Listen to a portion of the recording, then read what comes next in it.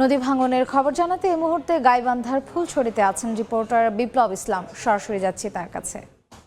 কিন্তু গাইবান্ধার বিভিন্ন নদ নদীতে ব্যাপক ভাঙন শুরু হয়েছে। বিশেষ করে তিস্তা এবং করতোয়া নদীতে কিন্তু এই ভাঙন গত কয়েকদিন থেকে একেবারে মারাত্মক আকার ধারণ করেছে। যদি বলি যে তিস্তা নদীর সুন্দরগঞ্জের হরিপুর, কাপাসিয়া এবং লালচামার এই তিনটি ইউনিয়নে কিন্তু গেল এক সপ্তাহের ব্যবধানে ব্যাপক ভাঙন শুরু হয়েছে। পাশাপাশি পলাশবাড়ী উপজেলার করতোয়া নদী সেটি কিন্তু গাইবান্ধা জেলার গোবিন্দগঞ্জ এবং পলাশবাড়ী দুটি উপজেলার উপর প্রবাহিত হয়েছে।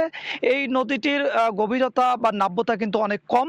একটু পানি হলেই কিন্তু এটি উপচে কিন্তু নদীর তীরবর্তী অঞ্চল কিন্তু ভাসিয়ে যায়।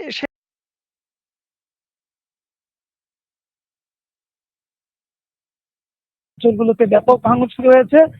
গেল এক সপ্তাহের ব্যবধানে পলাশবাড়ী উপজেলার যে পলাশবাড়ী উপজেলার কাশিয়াবাড়ি ইউনিয়ন, সেই কাশিয়াবাড়ি ইউনিয়নের এক নম্বর ওয়ার্ড, যেটি কাশিয়াবাড়ি গ্রাম বলা হয়, সেই কাশিয়াবাড়ি গ্রামে কিন্তু ব্যাপক ভাঙন শুরু হয়েছে। স্থানীয়রা যেটি বলেছেন যে এর আগে এই এলাকায় তেমন নদী ভাঙন ছিল না, কিন্তু গত এক সপ্তাহের ব্যবধানে এই এলাকার প্রায় অর্ধ শতাধিক বাড়িঘর নদীগর্ভে বিলীন হয়েছে। তারা কিন্তু এই এলাকাটিতে কাজ করার জন্য স্থানীয় জনপ্রতিনিধি সহ পানি উন্নয়ন বোর্ডের কাছে একাধিকবার ধর্ণা দিয়েছেন বলে তারা জানান। তারা অর্ধ শতাধিক বাড়িঘর নদীগর্ভে বিলীন হয়েছে। তারা কিন্তু এই এলাকাটিতে কাজ করার জন্য স্থানীয় জনপ্রতিনিধি সহ পানি উন্নয়ন বোর্ডের কাছে একাধিকবার ধর্ণা দিয়েছেন বলে তারা জানান।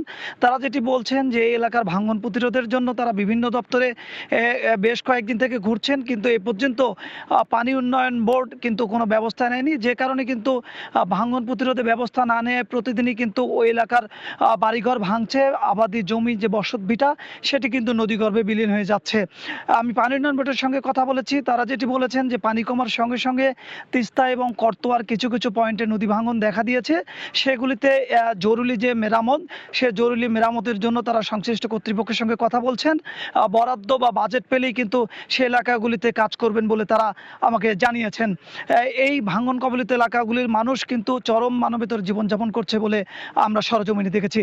এই ছিল গাইবান্ধার তিস্তা এবং করতোয়া নদীর ভাঙন কবলিত এলাকার সর্বশেষ অবস্থা। নদী ভাঙনের সবশেষ খবর জানতে সরাসরি ছিলাম গাইবান্ধায়।